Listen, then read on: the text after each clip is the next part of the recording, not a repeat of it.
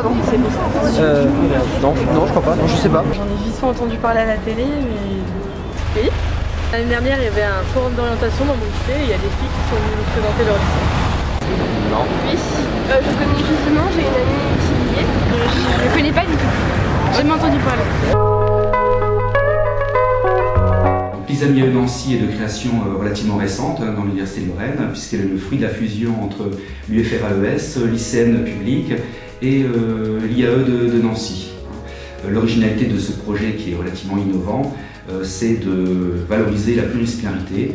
C'est un institut qui bénéficie maintenant d'une reconnaissance académique et professionnelle forte et justement qui repose sur la filière AES comme socle de l'offre de formation qui mène vers une palette de filières métiers.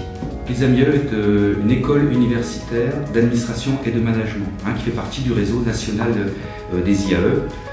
C'est un statut particulier, nous ne sommes pas de la faculté.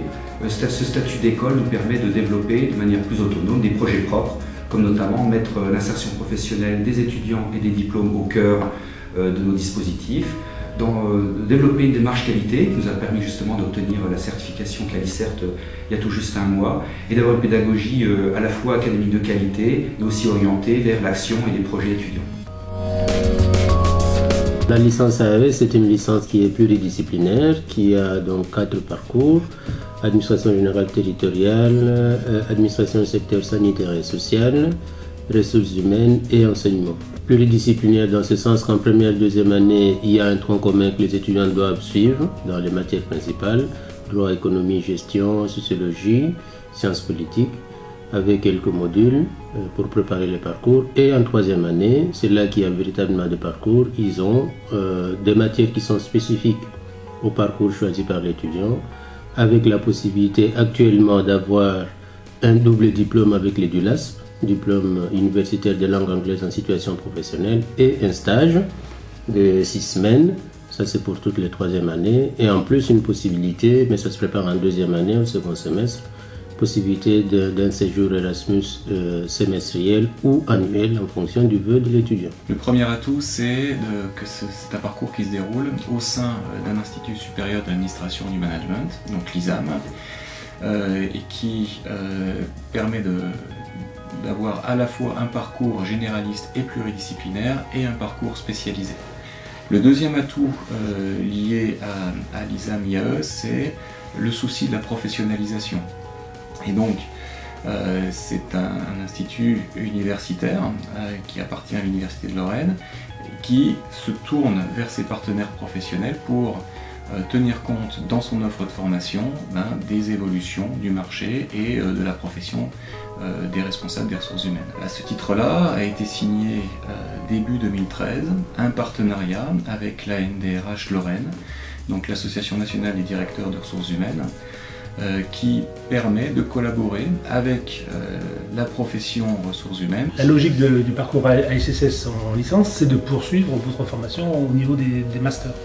Donc d'entrer en master MOS, qui est master du management des organisations du secteur sanitaire et social, qui doit vous amener en toute logique à postuler sur des emplois de cadre dans le secteur sanitaire et social. Donc c'est des postes d'encadrement, cadre supérieur, cadre de direction, chargé de mission, chargé d'études, voilà les principaux types d'emplois, formation, DRH, ressources humaines, voilà les principaux secteurs d'activité dans lesquels vous pouvez ensuite postuler avec l'obtention de votre master MOS. Quels sont les atouts de la licence enseignement ?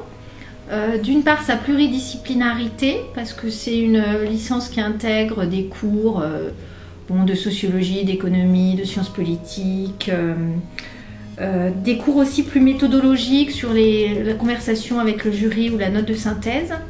Mais il me semble que son atout principal, c'est le stage, qui est d'une assez longue durée, qui dure un minimum de 6 semaines et qui se passe en école, généralement en école maternelle pour les étudiants qui préparent la licence enseignement. Et par rapport au master enseignement qui peut suivre, c'est un stage qui est très long, puisque les stages en master enseignement sont d'une durée maximale de 2 semaines.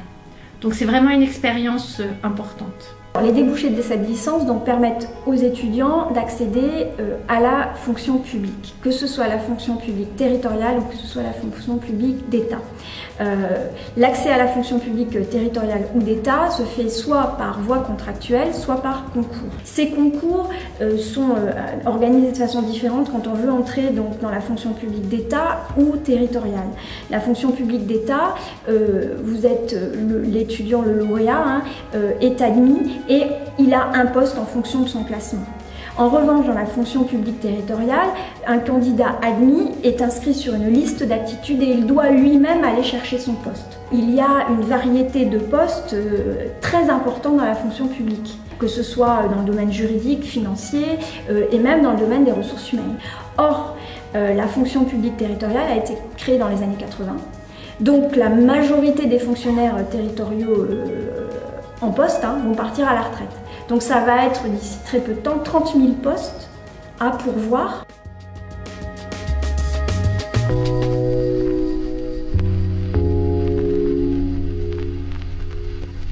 Nous sommes des membres du bureau de la confrérie AES.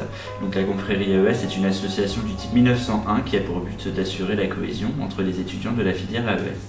Notre bureau est composé d'une secrétaire, d'un président et de membres actifs. Elle nous permet également de mettre en pratique les connaissances théoriques que nous avons acquises lors de notre formation, notamment la comptabilité qui donc permet à la trésorière de bien tenir les comptes de la confrérie.